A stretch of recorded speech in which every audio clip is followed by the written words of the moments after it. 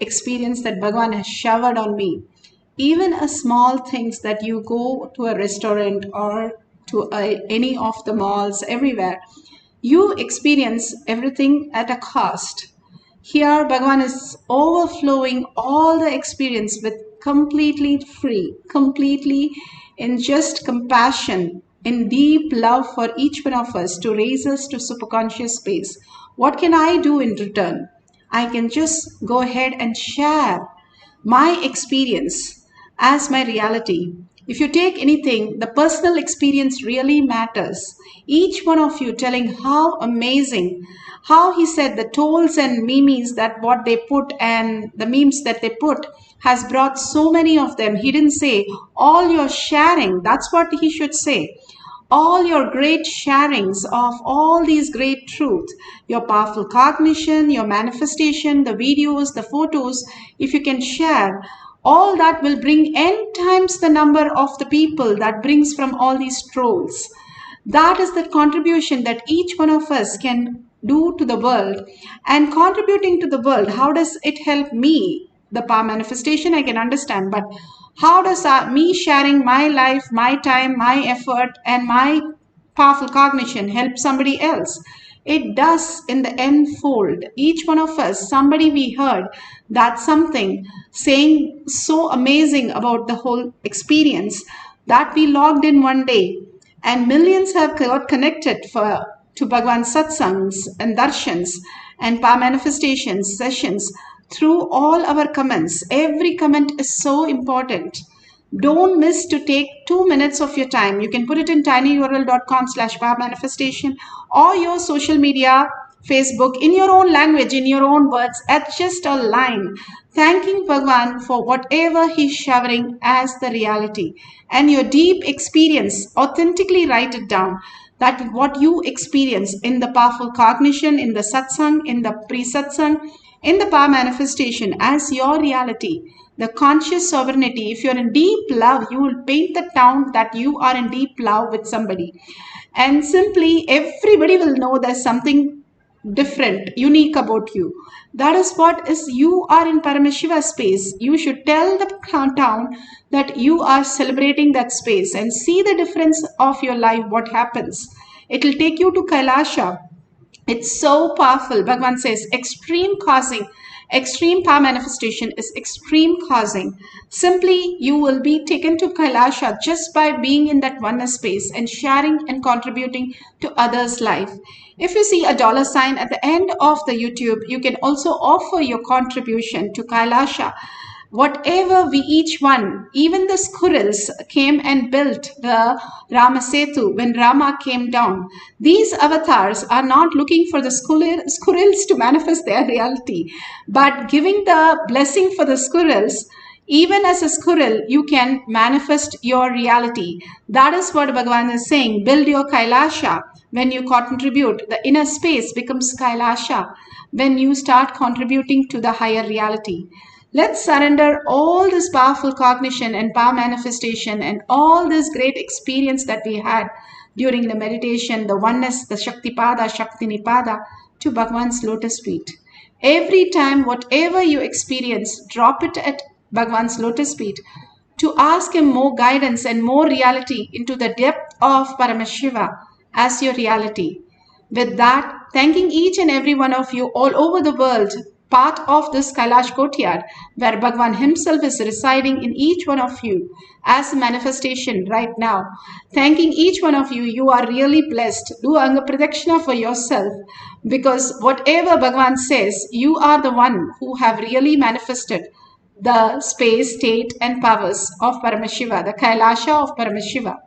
So thank yourself to listen to this and be in the oneness space of Paramashiva.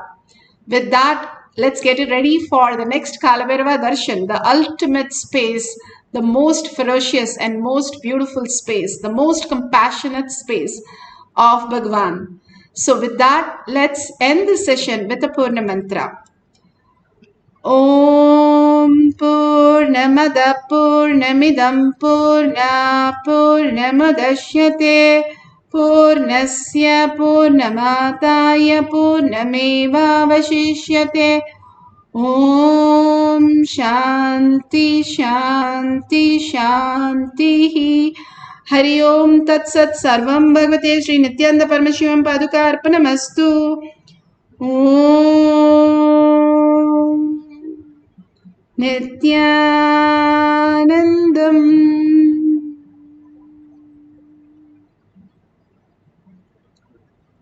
Thank you so much, each and every one of you. Don't forget to share with your friends and families all the great truth. Thank you, Nithyananda.